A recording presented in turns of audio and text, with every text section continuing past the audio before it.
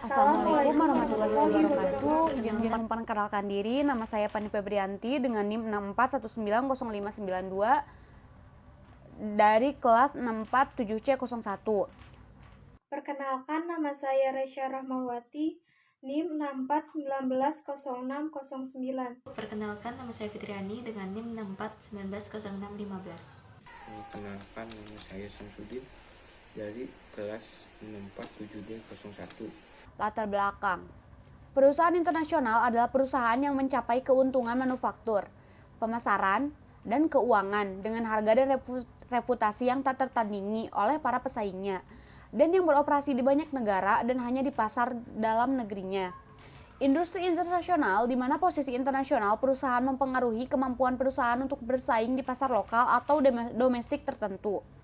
Seperti halnya bisnis dan persaingan antar perusahaan, pasti membutuhkan strategi dan rencana yang baik dan bagus untuk melawan perusahaan lain. Dalam hal ini diperlukan strategi pemasaran atau strategi manajemen yang harus diterapkan perusahaan untuk lebih mengembangkan perusahaan.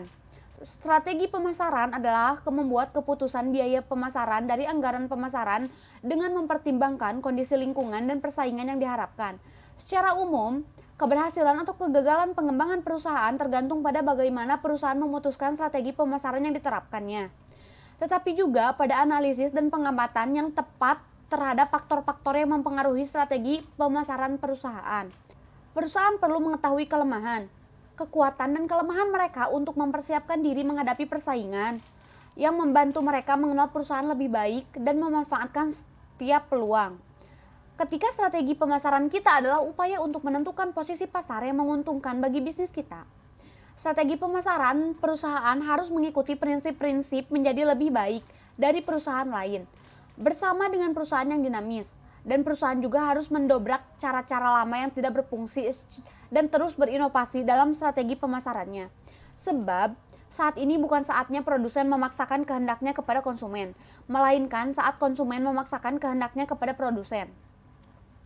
Perencanaan perusahaan adalah proses manajemen yang mengarah ke strategi pemasaran, di mana tujuan utamanya adalah untuk mencapai tujuan pemasaran melalui implementasi serangkaian proses dan koordinasi yang sistematis untuk mencapai solusi perencanaan pemasaran. Untuk meningkatkan strategi pemasaran adalah membuat keputusan biaya pemasaran dari anggaran pemasaran dengan mempertimbangkan kondisi lingkungan dan persaingan yang diharapkan.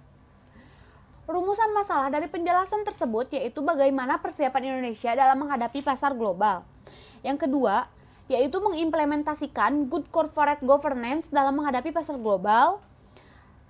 Dan tujuannya yaitu untuk mengetahui persiapan Indonesia dalam menghadapi pasar global. Dan yang kedua, dapat menjelaskan implementasi dari good corporate governance dalam menghadapi pasar global. Pembahasan kesiapan Indonesia dalam menghadapi pasar global. Pasar global merupakan pilihan strategis yang menarik bagi perusahaan, akan tetapi bukanlah sumber daya strategis satu-satunya. Faktanya, untuk banyak perusahaan yang mampu bersaing dengan sukses di pasar global sekalipun, dialah yang paling penting bagi mereka untuk tetap memperhatikan pasar domestik. Pasar global adalah kebijakan di mana pemerintah tidak melakukan diskriminasi terhadap impor dan mengganggu ekspor.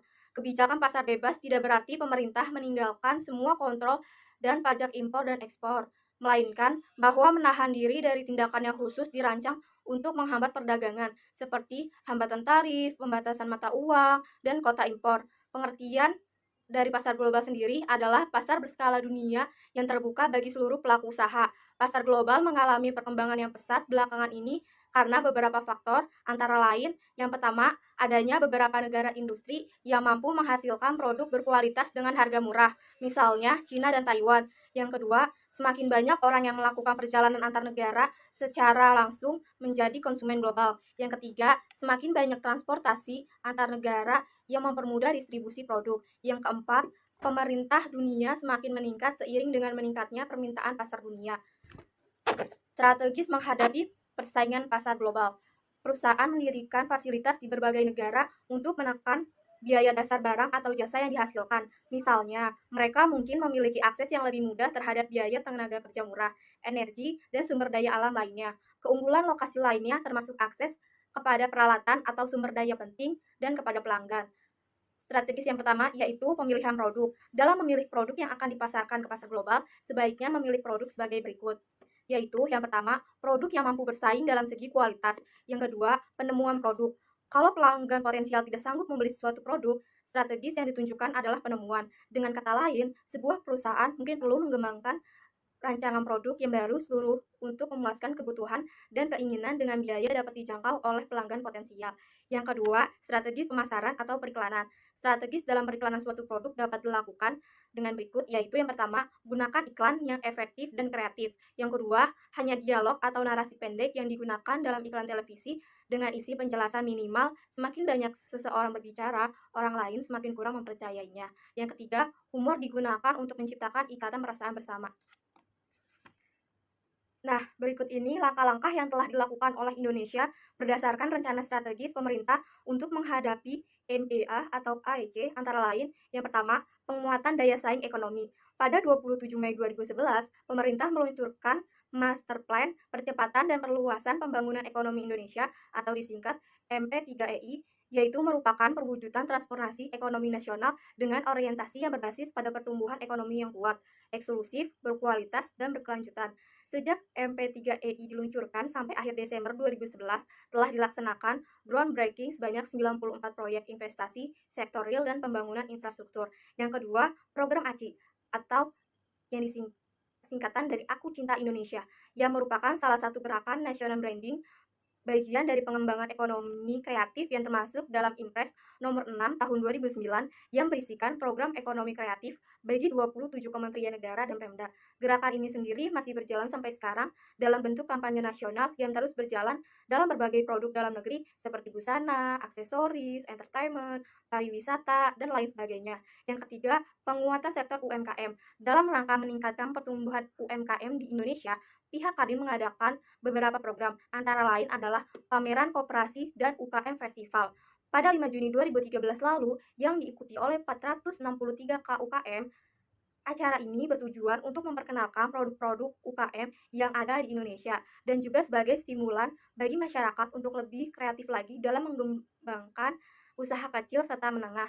Selain itu, persiapan Indonesia dari sektor koperasi dan usaha kecil menengah atau disingkat KUKM untuk menghadapi MEA 2015 adalah pembentukan Komite Nasional Persiapan MEA 2015 yang berfungsi merumuskan langkah antisipasi serta melakukan sosialisasi kepada masyarakat dan KUKM mengenai pemberlakuan MEA pada akhir 2015. Adapun langkah-langkah antisipasi yang telah disusun Kementerian Koperasi dan UKM untuk membantu pelaku KUKM menyongsong era pasar bebas ASEAN itu. Antara lain, peningkatan wawasan pelaku KUKM terhadap MEA, peningkatan efisien produk dan manajemen usaha, peningkatan daya serap pasar produk KUKM lokal, penciptaan iklim usaha kondusif. Namun, salah satu faktor penghambat utama bagi sektor koperasi dan UKM untuk bersaing dalam era pasar bebas adalah kualitas sumber daya manusia atau SDM pelaku KUKM yang secara umum masih rendah. Oleh karena itu, pihak Kementerian Koperasi dan UKM melakukan pembinaan dan pemberdayaan KUKM yang diarahkan pada peningkatan kualitas dan standar produk agar mampu meningkatkan kinerja KUKM untuk menghasilkan produk-produk yang berdaya saing tinggi. Yang keempat, perbaikan infrastruktur. Dalam rangka mendukung peningkatan daya saing sektor real, selama tahun 2010 telah berhasil dicapai peningkatan kapasitas dan kualitas infrastruktur seperti prasarana jalanan, perkeretaapian, transportasi darat, transportasi laut, dan transportasi udara, komunikasi dan informasi, serta ketenaga listrikan. Nah, yang pertama itu ada perbaikan akses jalan dan transportasi, yang kedua perbaikan dan pengembangan jalur TIK, yang ketiga perbaikan dan pengembangan bidang energi listrik. Yang kelima, peningkatan kualitas sumber daya manusia atau SDM. Salah satu jalan untuk meningkatkan kualitas SDM adalah melalui jalur pendidikan. Selain itu, dalam rangka memberikan layanan pendidikan yang bermutu, pemerintah telah membangun sarana dan prasarana pendidikan secara memadai, termasuk rehabilitas ruang kelas rusak berat. Data Kemendikbud tahun 2011 menunjukkan bahwa masih terdapat sekitar 173.344 ruang kelas jenjang SD sampai dengan SMP dalam kondisi rusak berat. Yang keenam, reformasi kelembagaan dan pemerintahan. Dalam rangka mendorong percepatan pencegahan dan pemberantasan korupsi, telah ditetapkan Strategis Nasional Pencegahan dan Pemberantasan Korupsi Jangka Panjang, yaitu dari 2012 sampai 2025, dan menengah, yaitu dari tahun 2012 sampai 2014, sebagai acuan bagi seluruh pemangku kepentingan untuk pelaksanaan aksi setiap tahunnya. Upaya penindakan terhadap tindak pidana korupsi atau TPK ditingkatkan melalui koordinasi dan supervisi yang dilakukan oleh KPK kepada kejaksaan dan kepolisian. Di sini saya akan menjelaskan tentang implementasi corporate governance dalam menghadapi pasar global. Pengertian dan konsep dasarnya, dua teori utama terkait dengan corporate governance adalah Stiglitz teori dan agensi. Stiglitz dibangun di atas asumsi filosofis mengenai sifat manusia yakin bahwa manusia pada hakikatnya dapat dipercayai, mampu bertindak dengan penuh tanggung jawab, memiliki integritas dan kejujuran terhadap pihak lainnya. Sementara itu, agensi teori yang dikembangkan oleh Michael Johnson memandang bahwa manajemen perusahaan sebagai agen bagi para pemegang saham akan bertindak dengan penuh kesadaran bagi kepentingan sendiri, bukan sebagai pihak yang bijaksana serta adil terhadap pemegang saham. Dan berkembang selanjutnya, agensi mendapatkan respon yang lebih luas dipandang lebih mencerminkan kenyataan yang ada. Berbagai pemikiran mengenai corporate governance berkembang dengan bertumpu pada agensi teori, di mana pengolahan dilakukan dengan penuh kepatuhan pada berbagai ketentuan yang berlaku. Ada 4 komponen utama yang dilakukan dalam konsep GCG, yaitu 1. Fairness, transparent, accountability, dan responsibility. Keempat komponen ini penting karena harus penerapan prinsip GCG secara konsisten. Konsep GCG baru populer di Asia. Ini relatif berkembang sejak pada tahun 1990-an. Konsep GCG baru dikenal di Inggris pada tahun 1992. Selanjutnya, tahap-tahap penerapan GCG. Dalam pelaksanaan penerapan GCG, perusahaan adalah penting bagi perusahaan untuk melakukan penatahapan yang cermat berdasarkan analisis atas situasi dan kondisi perusahaan dan tingkat kesiapan, sehingga penerapan GCG dapat berjalan dengan lancar dan dapat dukungan dari seluruh unsur di dalam perusahaan. Pada umumnya, perusahaan yang telah berhasil dalam menerapkan GCG, peraturan berikut ini adalah tahapan persiapan. Tahapan itu terdiri atas 3 langkah utama, adalah awareness building, GCG assessment, dan GCG manual building. Awareness building merupakan langkah yang membangun kesadaran mengenai arti penting GCG dan komitmen bersama dalam penerapan ini. Upaya untuk dapat dilakukan dengan meminta bantuan tenaga ahli independen dari luar perusahaan. Bentuk kegiatan dapat dilakukan melalui seminar dan diskusi kelompok. GCG assessment merupakan upaya untuk mengukur dan lebih tepatnya menetapkan kondisi perusahaan dalam penetapan GCG saat ini. Langkah-langkah ini perlu digunakan untuk titik awal level penerapan GCG dan mengidentifikasikan langkah-langkah yang tepat gunanya mempersiapkan infrastruktur dan struktur perusahaan yang kondusif bagi penerapan GCG secara efektif.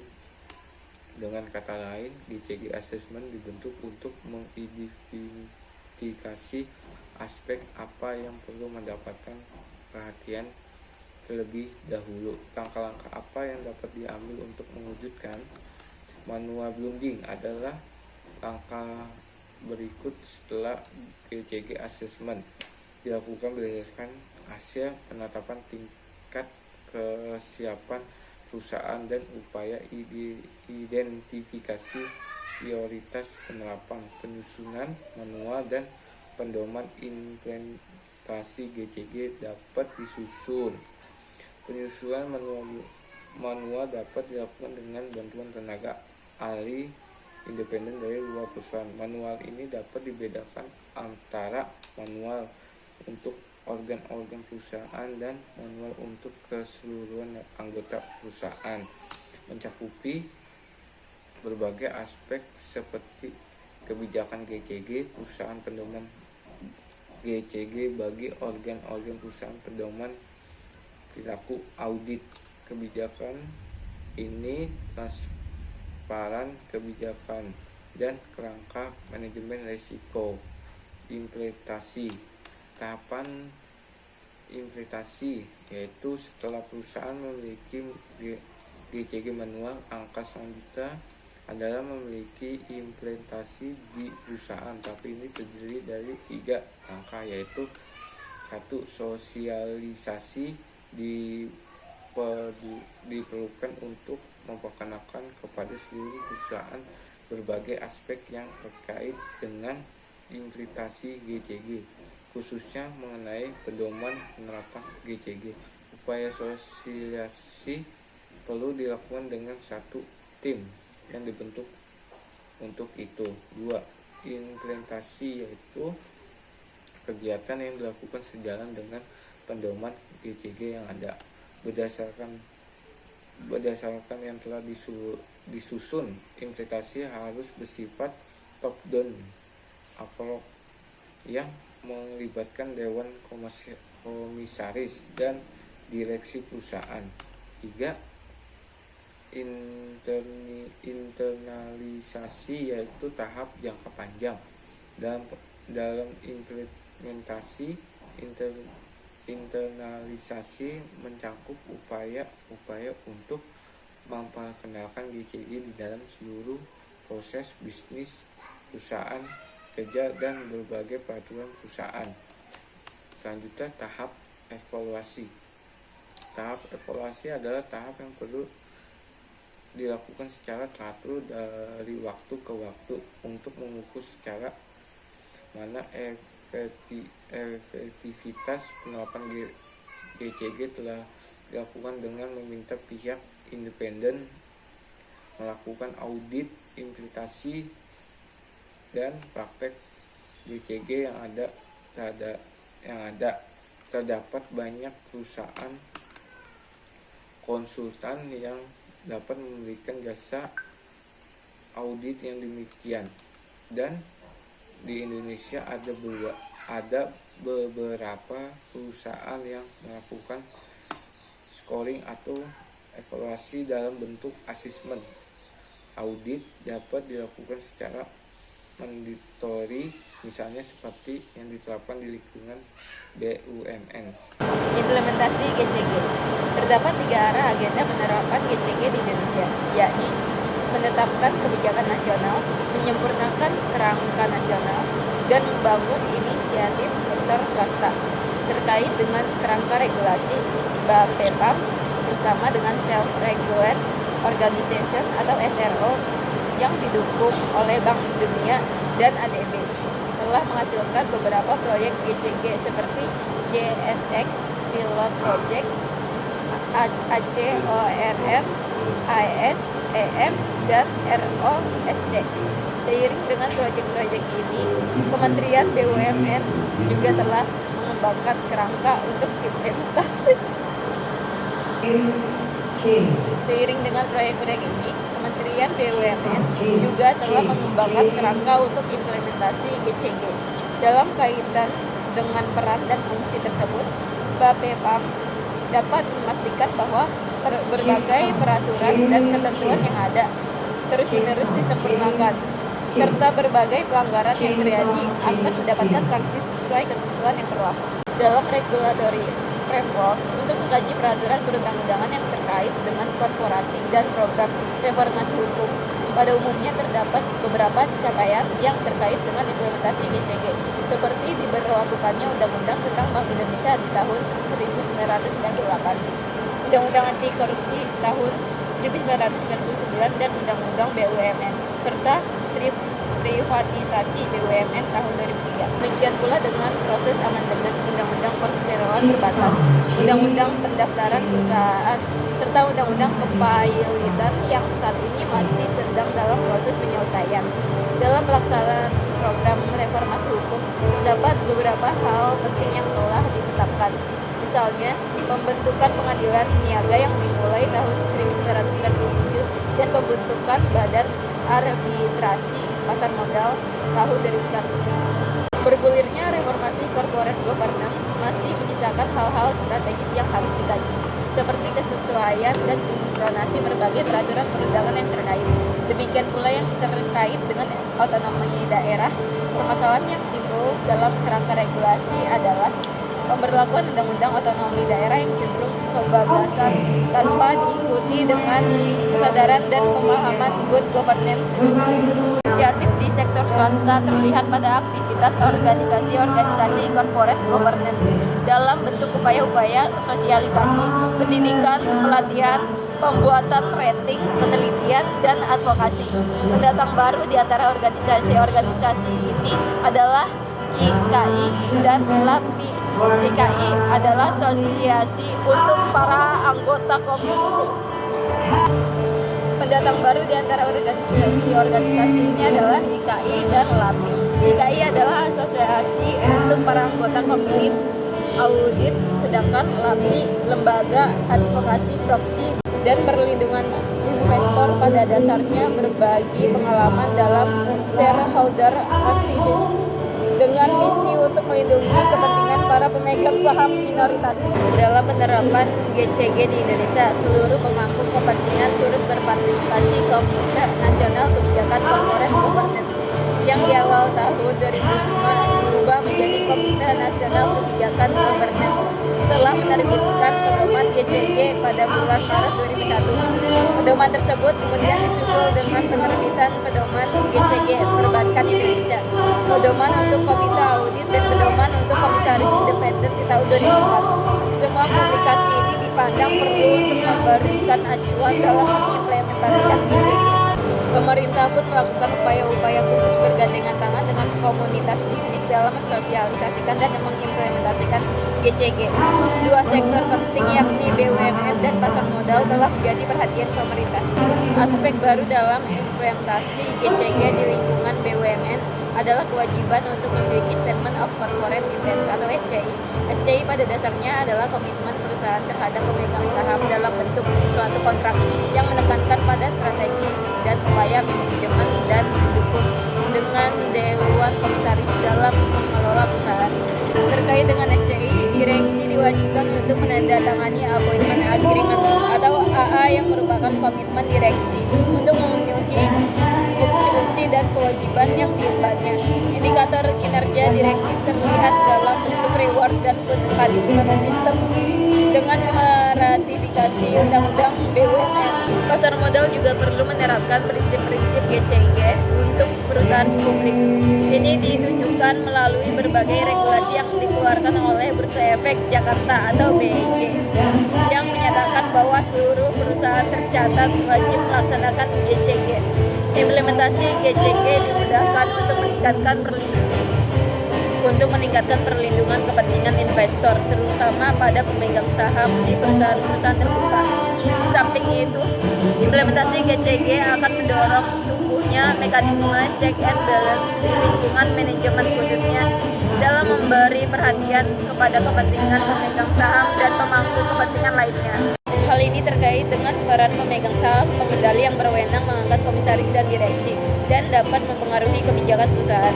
Di samping perlindungan investor, regulasi mewajibkan sistem yang menjamin transparansi dan akuntabilitas dalam transaksi bisnis antar perusahaan dalam satu grup yang berpotensi menimbulkan benturan kepentingan. Semangat untuk memperoleh persetujuan publik dan transaksi merupakan untuk penerapan prinsip akuntabilitas. Diperkenalkannya komisaris independen komite audit, dan sekretaris perusahaan juga menjadi fokus regulasi BEJ.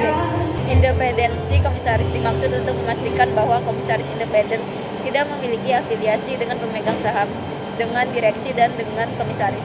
Tidak menjabat direksi di perusahaan yang terafiliasi dan memahami berbagai regulasi pasar modal, sedangkan terkait dengan kewajiban dan memiliki direktur independen dalam sistem two-tier yang kita anut justru akan lebih efektif, bila mana bursa mewajibkan perusahaan untuk memiliki komite nominasi dan remunerasi.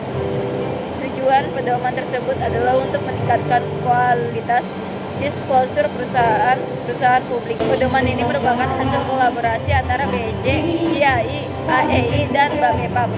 Perkembangan terbaru di pasar modal adalah batas waktu penyerahan laporan tahunan, yakni 90 hari sejak tutup buku. Lebih pendek dari regulasi sebelumnya, yakni 120 hari. Regulasi ini merupakan indikasi kekonsistenan penegakan GCG oleh BAPEPAM.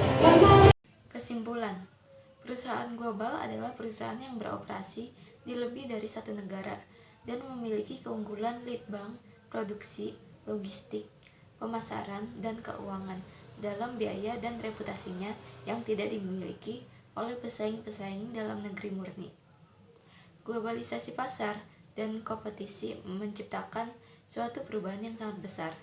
Strategi yang tepat harus diaplikasi untuk meraih keberhasilan melalui pemanfaatan peluang-peluang yang ada pada lingkungan bisnis yang bergerak cepat dan semakin kompetitif. Good Corporate Governance atau GCG merupakan sistem yang mengatur dan mengendalikan perusahaan guna menciptakan nilai tambah atau value add untuk semua stakeholder. Konsep ini menekankan pada dua hal, yakni pertama, pentingnya hak pemegang saham untuk memperoleh informasi dengan benar dan tepat pada waktunya, dan yang kedua, kewajiban perusahaan untuk melakukan pengungkapan atau disclosure secara akurat, tepat waktu, transparan terhadap semua informasi kinerja perusahaan, kepemilikan, dan stakeholder. Terdapat 4 komponen utama yang diperlukan dalam Good Corporate Governance, yaitu fairness, transparency, accountability, dan responsibility. Keempat komponen tersebut penting karena penerapan prinsip Good Corporate Governance secara konsisten terbukti dapat meningkatkan kualitas laporan keuangan dan juga dapat menjadi penghambat aktivitas rekayasa kinerja yang mengakibatkan laporan keuangan tidak menggambarkan nilai fundamental perusahaan. Dari berbagai hasil penelitian lembaga independen menunjukkan bahwa pelaksanaan corporate governance di Indonesia masih sangat rendah. Hal ini terutama disebabkan oleh kenyataan bahwa perusahaan-perusahaan di Indonesia belum sepenuhnya memiliki corporate culture sebagai inti dari corporate governance. Pemahaman tersebut membuka wawasan bahwa corporate kita belum dikelola secara benar, atau dengan kata lain, corporate kita belum menjalankan governansi. Sekian dari kelompok kami mengenai kesiapan Indonesia dan implementasi Good Corporate Governance dalam menghadapi pasar global. Kurang lebihnya kami mohon maaf. Wassalamualaikum warahmatullahi wabarakatuh.